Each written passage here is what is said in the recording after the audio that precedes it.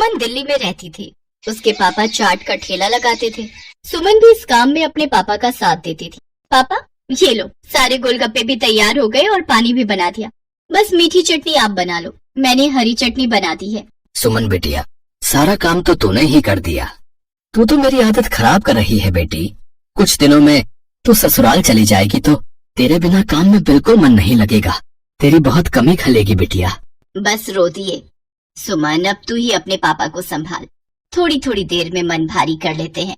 पापा मैं आपको छोड़कर कहीं नहीं जाऊंगी, मुझे ये शादी नहीं करनी। मैं भी आपके और माँ के बिना नहीं रह पाऊंगी। पापा नहीं बेटिया, ऐसे नहीं कहते। बेटियों को अपने ससुराल जाना ही होता है। केशव बहुत अच्छा लड़का है, तो ससुराल में बहुत खुश रहेगी। सुमन की शादी सूरत में तय हो गई थी। 1 महीने बाद सुमन की शादी थी, इसीलिए सुमन अपने माता पिता से दूर दूसरे शहर जाते थोड़ा उदास थी। सुमन बड़ी थी और एक छोटा भाई था जो अभी पढ़ रहा था। धीरे धीरे 1 महीना बीत गया और सुमन की शादी का दिन आ गया। सुमन के माता पिता उसे राजी खुशी डोली में विदा करते हैं। शादी के बाद सुमन दिल्ली से सूरत अपनी ससुराल आ जाती है। सुमन का पति केशव एक गैराज में गाड़ियों की मरम्मत करता था। सुमन समझदार थी, उसने आते ही पूरे घर को संभाल लिया। बस बहू मैं और रोटी नहीं लूंगी, केशव को दे दे। बस एक ही रोटी देना, पेट में बिल्कुल भी जगह नहीं है। इतना स्वादिष्ट खाना बनाया है बहू कि मैं एक रोटी भूख से बढ़कर खा गई। कहा माँ जी, 2 निवाले की 1 रोटी होती है मेरी छोटी छोटी। अब मैं आ गई हूँ ना, तो रोजाना आपको ऐसे ही गरम गरम मेरे हाथ का बना भोजन खाना होगा, कोई बहाना नहीं चलेगा।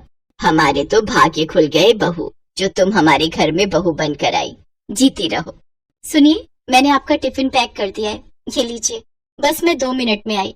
अब ठीक है, मैं बाहर तब तक मोटरसाइकिल निकालता हूँ। माँ जी और क्या क्या राशन लाना है? बस यही बहू जो लिखवाया है, बाकी तुम अपने लिए जो चाहो खरीद लेना। ठीक है, मैं थोड़ी देर में लौटती हूँ। सुमन केशव के साथ मोटरसाइकिल पर बाजार चली जाती है। सुमन कहो तो गैराज बाद में चला जाऊंगा। तुम अकेले घर सामान लेकर कैसे जाओगी? अरे आप चिंता मत करो, मैं ऑटो ले लूंगी। केशव सुमन को बाजार में छोड़कर गैराज जाने लगता है। तभी उसकी मोटरसाइकिल के आगे कहीं से एक पत्थर आ जाता है। केशव की मोटरसाइकिल लड़खड़ा जाती है और वो बहुत तेज गिरता है। केशव को काफी चोट आ जाती है। सुमन कुछ ही दूरी पर थी। हे ईश्वर, ये क्या हो गया? भाई साहब थोड़ी मदद कीजिए। चिंता मत करो बहन जी, सब ठीक हो जाएगा। कुछ लोग सुमन की मदद करते हैं और केशव को बराबर के अस्पताल में ले जाते हैं। डॉक्टर केशव का इलाज करता है। कुछ देर बाद केशव को आराम मिलता है। ज्यादा गंभीर चोटें तो नहीं थी, पर केशव के पैर की हड्डी टूट गई थी। 2 दिन बाद केशव को छुट्टी मिलती है। माँ मैं ठीक हूँ, बस पैर की हड्डी में ही तो फ्रैक्चर है। कुछ महीनों में मैं ठीक हो जाऊंगा, चिंता मत करो। अरे माँ हो ना बेटा, तू नहीं जानता, जरा सी खरोच भी बच्चे को आ जाए तो माँ का कलेजा निकल जाता है। और फिर तेरे तो इतनी चोट आ गई है। अब तो कुछ दिन के लिए गैराज पे नहीं जा सकता। जाना भी नहीं है, डॉक्टर ने अभी 6 महीने रेस्ट के लिए बोला है। आप चिंता मत करो, पैसों की कोई तंगी नहीं आएगी। मैं कोई काम शुरू कर देती हूँ ताकि घर में थोड़े पैसे आते रहें। तभी सुमन के माता पिता भी दिल्ली से आ जाते हैं। सुमन ने उन्हें फोन पर केशव के एक्सीडेंट की बात बताई थी, जिसे सुनकर वो रह नहीं सके। अब दामाद जी काम की कोई चिंता मत करो। सुमन ने मेरे से चाट बनाना बहुत अच्छे से सीखा हुआ है। सुमन बेटिया, तू यहाँ सूरत में दिल्ली वाले गोलगप्पे शुरू कर, वो तो बहुत अच्छे बनाती है। कुछ दिन मैं यहाँ रुक जाता हूँ, जब काम सेट हो जाएगा तब मैं वापस चला जाऊंगा। हाँ पापा, ये ठीक रहेगा। दिल्ली वाले गोलगप्पे यहाँ बहुत अच्छे चलेंगे। हमारे इधर आसपास किसी ने भी दिल्ली वाले गोलगप्पे का काम नहीं शुरू किया हुआ।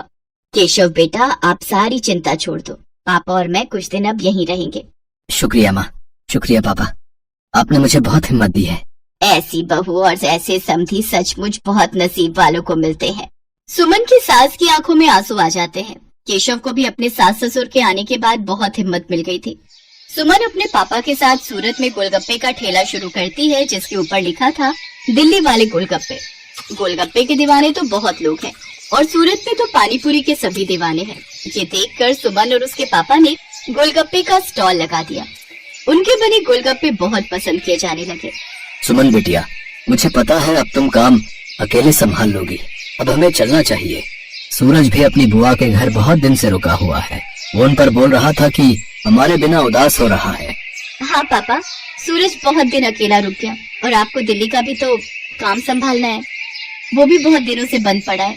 अब तो मैं सब कुछ संभालूंगी, आप मेरी चिंता मत करो। सुमन के माता पिता वापस दिल्ली लौट जाते हैं। उन्हें आए हुए भी बहुत समय हो गया था। अब सुमन अकेली रोजाना गोलगप्पे का ठेला लगाने लगी। वो रोजाना सुबह उठकर गोलगप्पे और बाकी का सामान तैयार करती और बाजार निकलती। कुछ भी कहो सुमन दीदी, आपके गोलगप्पे का जवाब नहीं है। हम सारी सहेलियां रोजाना शाम को स्पेशली मार्केट आपके गोलगप्पे खाने के लिए आती हैं। हाँ सुमन दीदी, ये तो सच है, बहुत टेस्टी गोलगप्पे होते हैं आपके, साथ में खट्टा मीठा पानी बहुत बढ़िया बनाती हो आप। बस आप सब ग्राहक तारीफ कर देते हो, मुझे काम करने में और प्रेरणा मिलती है। ये लो, इसी बात पर 2 गोलगप्पे फालतू खाओ। सुमन रोजाना ऐसे ही शाम के समय बाजार में ठेला लगाती थी। धीरे धीरे सुमन के गोलगप्पे पूरी सूरत में फेमस होने लगे। अब तो उसे शादियों और पार्टी के भी ऑर्डर मिलने लगे।